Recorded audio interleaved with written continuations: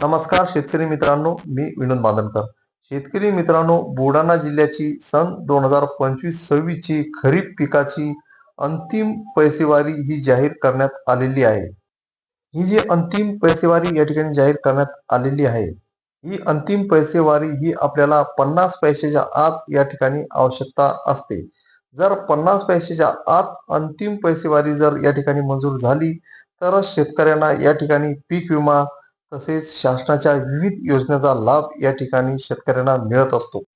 आणि शेतकरी मित्रांनो, यावर्षी खरीप हंगामामध्ये खूप पाऊस या ठिकाणी झाला, ओला दुष्काळ या ठिकाणी झालेला आहे. आणि शेतकऱ्यांच्या मालाची सरासरी या ठिकाणी खूप कमी झालेली आहे.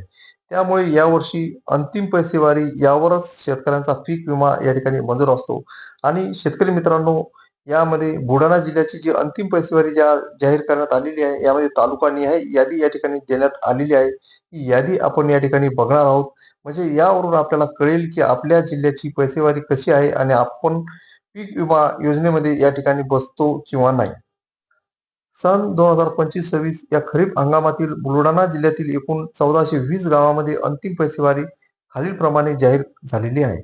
यामध्ये तालुक्याचे नाव 1 नंबरला देण्यात आलेले आहे बुलढाणा. तालुक्यातील एकूण गावाची संख्या 98 आहे. 50 पैसेपेक्षा कमी पैसेवारी असलेल्या गावाची संख्या 98 आहे. 50 पैसेपेक्षा जास्त पैसेवारी असलेल्या गावाची संख्या या ठिकाणी 0 आहे.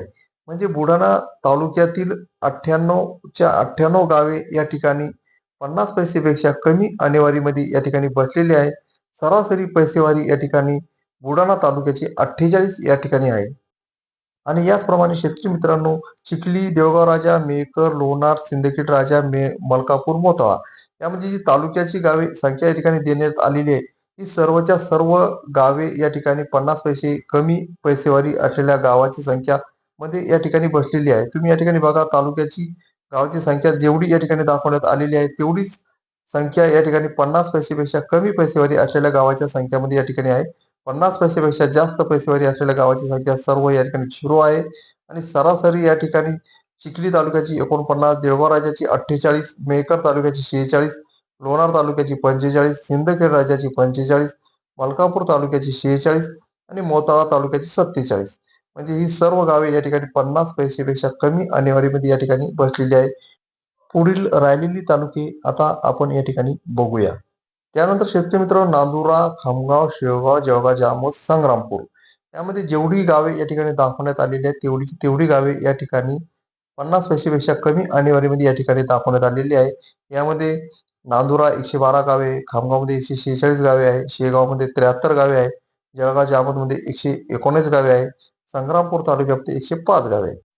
आणि 50 पैशापेक्षा जास्त आणेवारी असलेल्या कॉलममध्ये सर्व संख्या या ठिकाणी 0 दाखवण्यात आलेली आहे.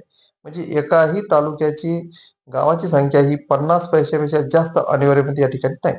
आता सरासरी प्रमाणे या ठिकाणी दाखवण्यात आलेले आहे. नांदुराचे 46 आहे, खामगावचे 48 आहे, शेगावचे 49 आहे, जळगाव जामोद 49 आहे, संग्रामपूर 48 आहे.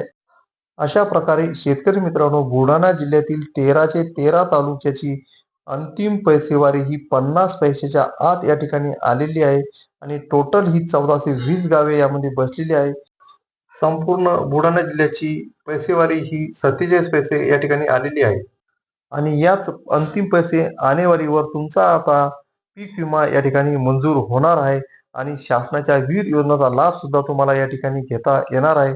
अशा प्रकारे शेतकरी मित्रांनो, ही होती बुलढाणा जिल्ह्याची अंतिम पैसेवारीची आकडेवारी. अशाच नवनवीन महत्त्वपूर्ण माहिती करता या चॅनलला लाईक आणि सबस्क्राईब करायला विसरू नका. आणि आपल्या मित्र आणि आपल्या शेतकरी मित्रमंडळींना हा व्हिडिओ जास्तीत जास्त शेअर करा. जय जवान, जय किसान.